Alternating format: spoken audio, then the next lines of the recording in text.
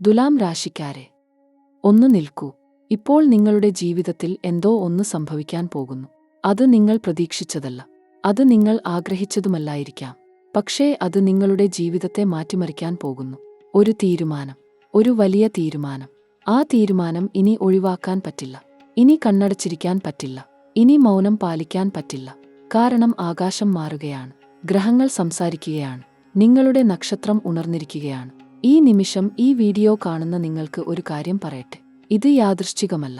ഈ വീഡിയോ നിങ്ങളിലേക്ക് എത്തിയത് ആകസ്മികമല്ല. ഇത് നിങ്ങൾക്ക് വേണ്ടി ഉദ്ദേശിക്കപ്പെട്ടതാണ്. നിങ്ങളുടെ ഉള്ളിൽ ഒരു ചോദ്യം ഉണ്ട്. ഒരു ബന്ധത്തെക്കുറിച്ചുള്ള ചോദ്യം, ഒരു മനുഷ്യനെക്കുറിച്ചുള്ള ചോദ്യം. ആ ബന്ധം തുടരണോ? ആ ബന്ധം മാറ്റണോ? ആ മനുഷ്യൻ നിങ്ങൾക്ക് ശരിയാണോ? ഈ ചോദ്യങ്ങൾ നിങ്ങളെ ഉറക്കമില്ലാതെ ആക്കിയിട്ടുണ്ട്. ഈ ചോദ്യങ്ങൾ നിങ്ങളുടെ മനസ്സിനെ ഭാരപ്പെടുത്തിയിട്ടുണ്ട്. ഇന്ന് ആ ചോദ്യങ്ങൾക്ക് ഉത്തരം കിട്ടാൻ പോകുന്നു. ആകാശത്ത് ഗ്രഹങ്ങൾ ഒരു വലിയ മാറ്റത്തിന് ഒരുങ്ങുകയാണ്. ഈ മാറ്റം തുലാം രാശിക്കാർക്ക് ഒരു ഭൂകമ്പം പോലെ അനുഭവപ്പെടും. ഇത് ഭയക്കേണ്ടതില്ല. ഇത് മനസ്സിലാക്കണം. ഇത് ഉൾക്കൊള്ളണം. കാരണം ഈ ഭൂകമ്പം നിങ്ങളെ തകർക്കാൻ വരുന്നതല്ല. ഈ ഭൂകമ്പം നിങ്ങളെ ഉണർത്താൻ വരുന്നതാണ്.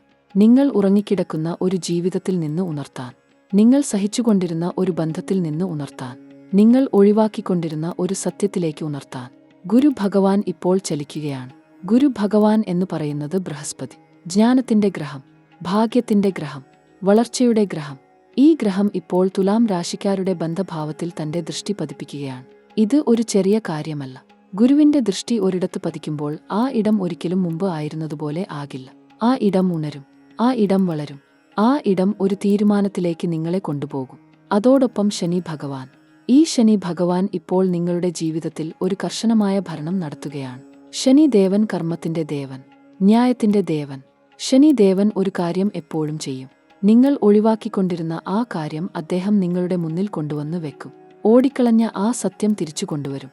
ബന്ധത്തിൽ നിങ്ങൾ കണ്ടില്ലെന്ന് നടിച്ചിരുന്ന ആ കാര്യം, ആ വേദന, ആ ദൂരം, ആ തണുപ്പ്, ആ ശൂന്യത, ഇവ ഒക്കെ ശനി ഭഗവാൻ ഇപ്പോൾ നിങ്ങളുടെ മുന്നിലേക്ക് കൊണ്ടുവന്ന് വെക്കുകയാണ്. ഇനി ഒഴിവാക്കാൻ പറ്റില്ല. ഇനി കണ്ണടക്കാൻ പറ്റില്ല. രാഹുകേതു, ഈ രണ്ട് ഛായാഗ്രഹങ്ങൾ, ഇവ ഇപ്പോൾ ഒരു അക്ഷത്തിൽ ഇരിക്കുകയാണ്. ഈ അക്ഷം നേരിട്ട് തുലാം രാശിക്കാരുടെ ബന്ധഭാവത്തിലൂടെ കടന്നുപോകുകയാണ്. ഇത് എന്ത് അർത്ഥമാക്കുന്നു? ഇത് അർത്ഥമാക്കുന്നത് ഒരു ബന്ധം ഇനി മുമ്പ് ആയിരുന്നതുപോലെ ആകില്ല എന്ന് ആണ്. ഒന്നുകിൽ ആ ബന്ധം ഒരു പുതിയ ഉയർന്ന നിലയിലേക്ക് എത്തും, അല്ലെങ്കിൽ ആ ബന്ധം ഒരു അന്ത്യത്തിലേക്ക് നീങ്ങും. ഇത് ഭഗവത് ഇച്ഛ, ഇത് ഗ്രഹചലനം, ഇത് കർമ്മഫലം. ഈ ഘട്ടത്തിൽ ഒരു തീരുമാനം അനിവാര്യമാണ്. ഒരു വ്യക്തമായ തീരുമാനം, ഒരു ധൈര്യമുള്ള തീരുമാനം. തുലാം രാശിക്കാർ ആരാണ്? തുലാം എന്നത് തുലാസാണ്, സന്തുലനമാണ്, ബന്ധങ്ങളാണ്, നീതിയാണ്, സൗന്ദര്യമാണ്. ഈ രാശിക്കാർ ഒരു ബന്ധത്തിൽ എല്ലാം നൽകും. ഹൃദയം നൽകും, സമയം നൽകും, ജീവൻ നൽകും. പക്ഷേ ഒരു കാര്യം ഇവർ ചെയ്യില്ല. ഇവർ പ്രശ്നം ഒഴിവാക്കും. ഇവർ സംഘർഷം ഒഴിവാക്കും.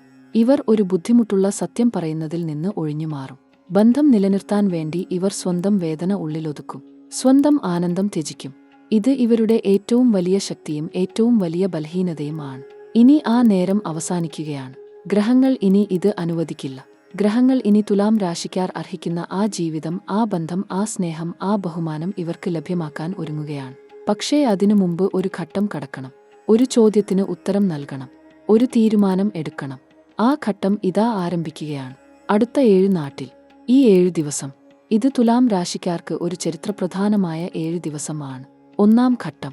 ഈ ആദ്യ ദിവസങ്ങളിൽ ഒരു ആൾ നിങ്ങളെ സമീപിക്കും. ഒരുപക്ഷേ ആ ആൾ നിങ്ങൾ ദീർഘനാളായി ഒഴിവാക്കിക്കൊണ്ടിരുന്ന ഒരു ആൾ ആകാം. ഒരുപക്ഷേ ആ ആൾ നിങ്ങൾ ഒരിക്കൽ സ്നേഹിച്ചിരുന്ന ഒരു ആൾ ആകാം.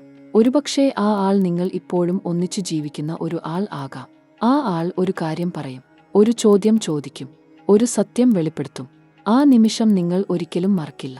ആ നിമിഷം നിങ്ങളുടെ ജീവിതത്തിന്റെ ഗതി തിരിക്കും. ഒരു കാര്യം ഓർക്കൂ, ഈ ആദ്യ ഘട്ടത്തിൽ ഒരു ബന്ധത്തിൽ മറഞ്ഞുകിടന്നിരുന്ന ഒരു സത്യം പുറത്തുവരും. ഇത് ഒരുപക്ഷേ ഒരു വഞ്ചന ആകാം, ഒരുപക്ഷേ ഒരു മൗനം ആകാം, ഒരുപക്ഷേ ഒരു ദീർഘകാലമായുള്ള ഒരു ദൂരം ആകാം. ഇത് വേദനിപ്പിക്കും, ഇത് കണ്ണു നനയിക്കും, ഇത് ഹൃദയം ഭാരപ്പെടുത്തും. പക്ഷേ ഈ വേദന ഒരു ശുദ്ധീകരണമാണ്. ഈ വേദന ഒരു ഉണർവാണ്. ഈ വേദനയ്ക്കൊടുവിൽ ഒരു വലിയ ആശ്വാസമുണ്ട്, ഒരു വലിയ ആനന്ദം ഉണ്ട്. ആ ആനന്ദം നിങ്ങൾ അർഹിക്കുന്നതാണ്. ആ ആനന്ദം നിങ്ങൾക്ക് ഉടൻ ലഭ്യമാകും. രണ്ടാം ഘട്ടം. ഇത് ഒരുപക്ഷേ ഏറ്റവും ഗൗരവമേറിയ ഘട്ടമാണ്. ഈ ഘട്ടത്തിൽ ഒരു ബന്ധത്തെക്കുറിച്ചുള്ള ഒരു ആഴമായ ചോദ്യം നിങ്ങളുടെ ഉള്ളിൽ ഉദിക്കും.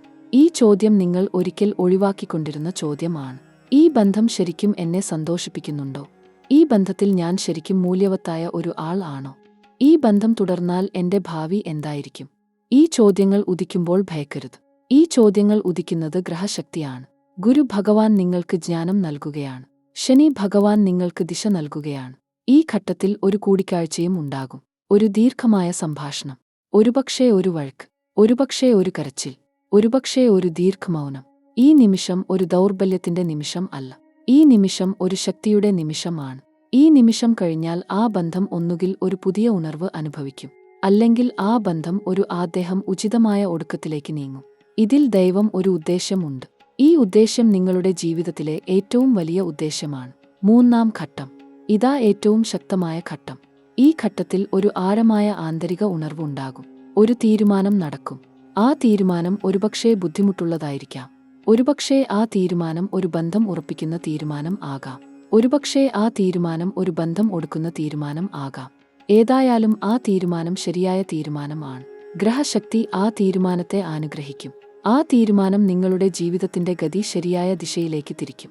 ഈ ഘട്ടങ്ങൾ ഓർക്കൂ. ഈ 7 ദിവസം ഓർക്കൂ. ഈ ദിവസങ്ങൾ നിങ്ങളുടെ ജീവിതത്തിൽ ഒരു ജലരേഖ ആകും. ഇതിനു മുമ്പ് ഒരു ജീവിതം, ഇതിനുശേഷം ഒരു ജീവിതം. ഭഗവത് ആഗ്രഹം അതാണ്. ഗ്രഹചലനം അതിനായി ഒരുങ്ങിയിരിക്കുന്നു. ഇനി കരിയർ, തൊഴിൽ, ജോലി, ഈ മേഖലയിലേക്ക് ഒന്ന് നോക്കുകയാണ്. ഈ ഘട്ടത്തിൽ തുലാം രാശിക്കാർ ജോലിയിൽ ഒരു പ്രത്യേക ഊർജം അനുഭവിക്കും. ദീർഘനാളായി കാത്തിരുന്ന ഒരു അവസരം ഈ ഘട്ടത്തിൽ കടന്നുവരും.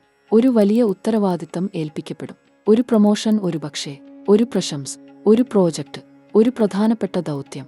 ഗുരു ഭഗവാൻ ഈ ഘട്ടത്തിൽ ജോലിയിൽ ഒരു ഭംഗിയുള്ള ഭാഗ്യം നൽകുകയാണ്. ഈ ഭാഗ്യം ഉപയോഗിക്കൂ. ഈ ഭാഗ്യം ഒഴിവാക്കരുത്. ബിസിനസ്. ഈ ഘട്ടത്തിൽ ബിസിനസ് ചെയ്യുന്ന തുലാം രാശിക്കാർക്ക് ഒരു പ്രത്യേക സൂചന. ഒരു പുതിയ ഉടമ്പടി, ഒരു പുതിയ പങ്കാളിത്തം, ഒരു പുതിയ കരാർ. ഇവ ഈ ഘട്ടത്തിൽ ആലോചനയ്ക്ക് വരും. ഇത് ഒപ്പിടും മുമ്പ് ഒന്ന് ആലോചിക്കൂ. ഒരു ജ്ഞാനിയോട് ആലോചിക്കൂ. ഒരു വിശ്വസ്ത ഉപദേഷ്ടാവിനോട് ആലോചിക്കൂ. ശനി ഭഗവാൻ ഈ ഘട്ടത്തിൽ ഒരു ജാഗ്രത ആവശ്യപ്പെടുകയാണ്. ഒരു ഉടക്ക് ഒഴിവാക്കണം.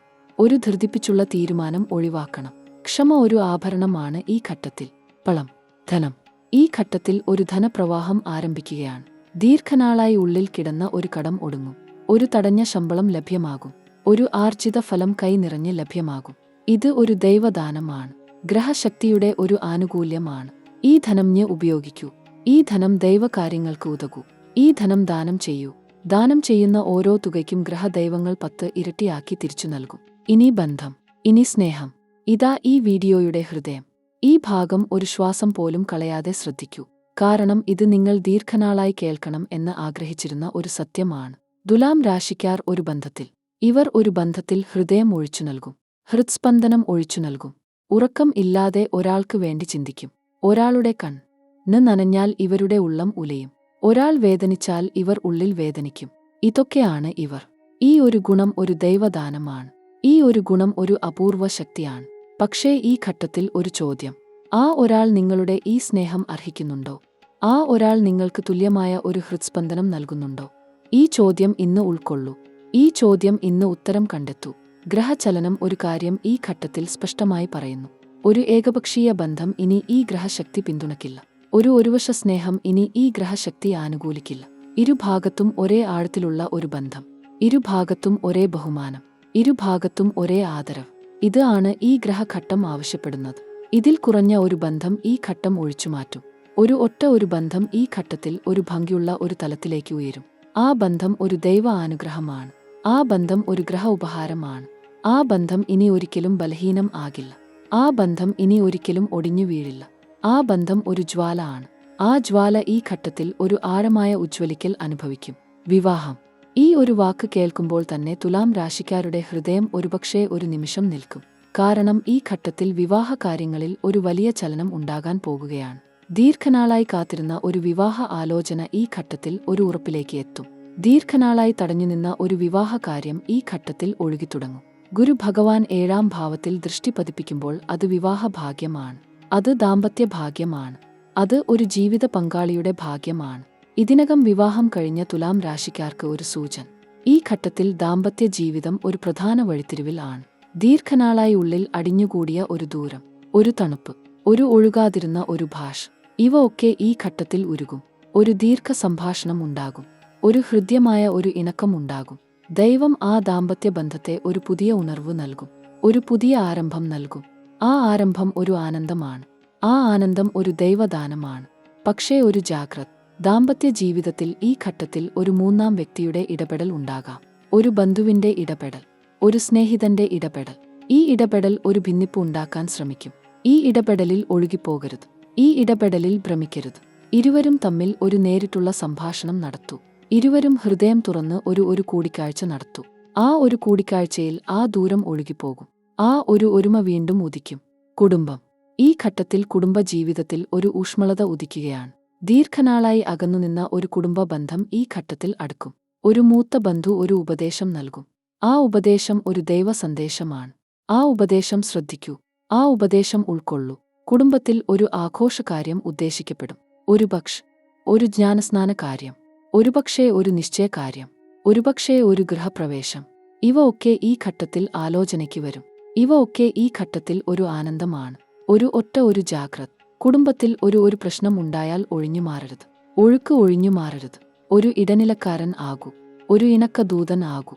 ഈ ഒരു ഗുണം ഈ ഘട്ടത്തിൽ നിങ്ങൾക്ക് ഒരു ദൈവ അനുഗ്രഹമാണ്. ഈ ഒരു ഗുണം ഈ ഘട്ടത്തിൽ ഒരു കുടുംബ ഒരുമ ഉണ്ടാക്കും. ആ ഒരുമ ഒരു ദൈവദാനമാണ്. ആരോഗ്യം. ഈ ഘട്ടത്തിൽ ആരോഗ്യകാര്യങ്ങളിൽ ഒരു ശ്രദ്ധ ആവശ്യമാണ്. ശനി ഭഗവാൻ ഈ ഘട്ടത്തിൽ ഒരു ജാഗ്രത ആവശ്യപ്പെടുകയാണ്. ഉദരം, കഴുത്ത്, നടു ഈ ഭാഗങ്ങളിൽ ഒരു ശ്രദ്ധ ആവശ്യമാണ്. ദീർഘനാളായി ഒഴിവാക്കിക്കൊണ്ടിരുന്ന ഒരു ഡോക്ടർ സന്ദർശനം ഈ ഘട്ടത്തിൽ ഉടൻ നടത്തൂ. ഒരു ചെറിയ പരിശോധന, ഒരു ക്ഷണ പരിശോധന. ഇത് ഒരു ബുദ്ധിയുള്ള കാര്യമാണ്. ഈ ഘട്ടത്തിൽ ആരോഗ്യം ഒരു ആഭരണമാണ്. ആ ആഭരണം ഇക്കൂടു. ഉറക്കം. ഈ ഘട്ടത്തിൽ ഒരു ഉറക്കമില്ലായ്മ അനുഭവപ്പെടും. ഒരു ചിന്ത ഉറക്കം ഇല്ലാതാക്കും. ഒരു ഭാരം ഉറക്കം ഇല്ലാതാക്കും. ഈ ഒരു ഘട്ടത്തിൽ ഒരു ആഴ്ചയോളം ഒരു ഉറക്കമില്ലായ്മ അനുഭവപ്പെടാം. ഇത് ഭയക്കേണ്ടതില്ല. ഇത് ഒരു ഗ്രഹചലനത്തിന്റെ ഒരു ഫലമാണ്. ഇത് ഒരു ഘട്ടമാണ്. ഈ ഘട്ടം കടന്നുപോകും. ഈ ഘട്ടം കടന്നുപോയ ശേഷം ഒരു ആഴ്ചക്കുള്ളിൽ ഒരു നല്ല ഉറക്കം ആരംഭിക്കും. ഒരു ആഴ്ചക്കുള്ളിൽ ഒരു നല്ല ഊർജം ആരംഭിക്കും. ഒരു ലളിത ഉപദേശം.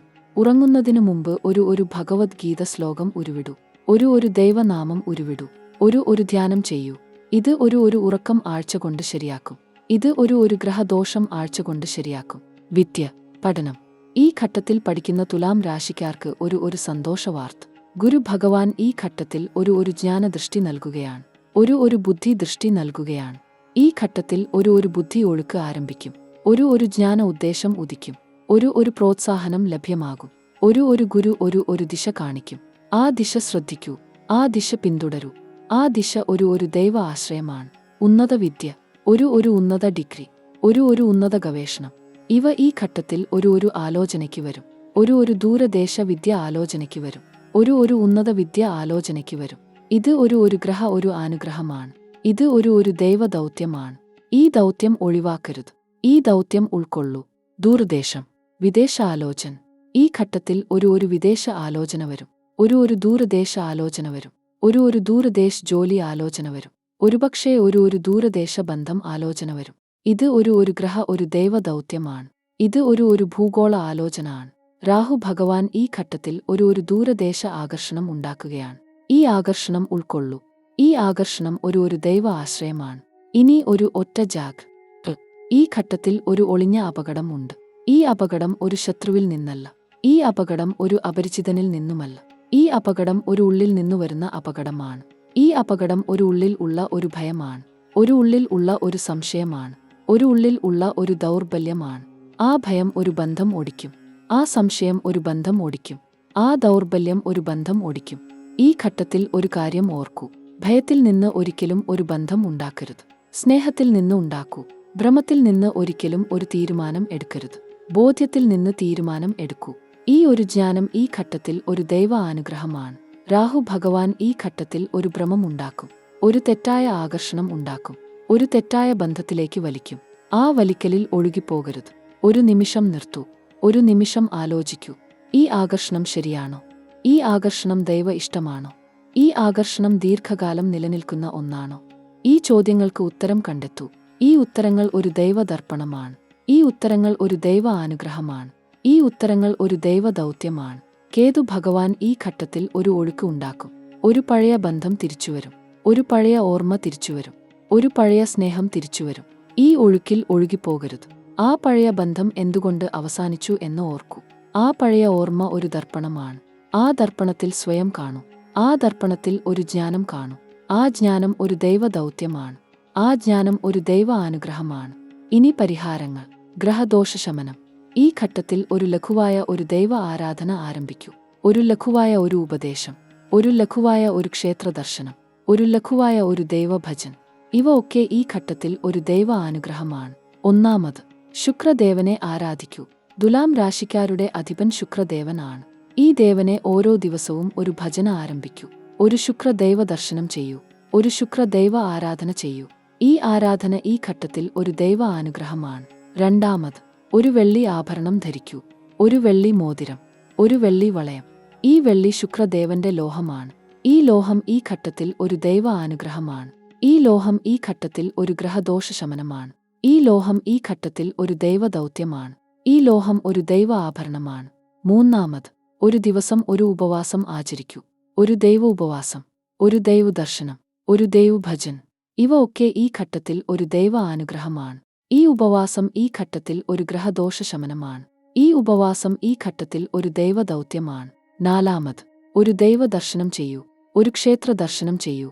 ഒരു ദൈവ ആരാധന ചെയ്യൂ. ഒരു ദൈവ ഭജന ചെയ്യൂ. ഒരു ദൈവ ദർശനം ഒരു ദൈവ അനുഗ്രഹമാണ്. ഒരു ദൈവ ദർശനം ഒരു ദൈവ ദൗത്യമാണ്. ഒരു ദൈവ ദർശനം ഒരു ഗ്രഹദോഷ ശമനമാണ്. ഒരു ദൈവ ദർശനം ഒരു ദൈവ ആഭരണമാണ്. അഞ്ചാമത്, ഒരു ദൈവ ദർശനം ചെയ്ത ശേഷം ഒരു ഇത്ര ഭോജനം ചെയ്യൂ. ഒരു ദൈവ ദർശനം ചെയ്ത ശേഷം ഒരു ദാനം ചെയ്യൂ. ഒരു ദൈവ ദർശനം ചെയ്ത ശേഷം ഒരു ദൈവ ഭജന ചെയ്യൂ. ഇവ ഒക്കെ ഈ ഘട്ടത്തിൽ ഒരു ദൈവ അനുഗ്രഹമാണ്. ഇവ ഒക്കെ ഈ ഘട്ടത്തിൽ ഒരു ദൈവ ദൗത്യമാണ്. ആറാമത്, ഈ ഘട്ടത്തിൽ ഒരു ദൈവ ദർശനം ചെയ്ത ശേഷം ഒരു ദൈവഗ്രഹ ആരാധന ചെയ്യൂ. ശനി ദേവനെ ആരാധിക്കൂ. ശനി ദേവൻ എള്ളു നൽകൂ. ശനി ദേവൻ കരിഞ്ഞ ഉഴുന്നു നൽകൂ. ശനി ദേവനെ ഒരു ദൈവ ദർശനം ചെയ്ത ശേഷം ആരാധിക്കൂ. ഈ ആരാധന ഈ ഘട്ടത്തിൽ ഒരു ദൈവ അനുഗ്രഹമാണ്. ഈ ആരാധന ഈ ഘട്ടത്തിൽ ഒരു ഗ്രഹദോഷ ശമനമാണ്. ഏഴാമത്, ഒരു ദൈവ ദർശനം ചെയ്ത ശേഷം ഒരു ദൈവഗ്രഹ ആരാധന ചെയ്ത ശേഷം ഒരു ദൈവ ഭജന ചെയ്ത ശേഷം ഒരു ദൈവ ദർശനം ചെയ്ത ശേഷം ഒരു ദൈവ ദൗത്യം ഉൾക്കൊള്ളൂ. ഗുരു ഭഗവാനെ ആരാധിക്കൂ. ഗുരു ഭഗവാന് ഒരു ദൈവ ദർശനം ചെയ്യൂ. ഗുരു ഭഗവാന് ഒരു ദൈവ ഭജന ചെയ്യൂ. ഗുരു ഭഗവാന് ഒരു ദൈവ ആരാധന ചെയ്യൂ. ഗുരു ഭഗവാന് ഒരു ദൈവ ദൗത്യം ഉൾക്കൊള്ളൂ. ഈ ആരാധന ഈ ഘട്ടത്തിൽ ഒരു ദൈവ അനുഗ്രഹമാണ്. ഇനി ഒരു ദൈവ അനുഗ്രഹം. ഈ ഘട്ടം കഴിഞ്ഞ ശേഷം, ഈ ഘട്ടം കടന്നുപോയ ശേഷം ഒരു ദൈവ അനുഗ്രഹം ഉദിക്കും. ഒരു ദൈവ ദൗത്യം ഉദിക്കും. ഒരു ദൈവ ദർശനം ഉദിക്കും. ഈ ദൈവ അനുഗ്രഹം ഒരു ദൈവ ദൗത്യമാണ്. ഈ ദൈവ അനുഗ്രഹം ഒരു ദൈവ ദർശനമാണ്. ഈ ദൈവ അനുഗ്രഹം ഒരു ദൈവ ഭജനാണ്. ഈ ദൈവ അനുഗ്രഹം ഒരു ദൈവ ആരാധനയാണ്.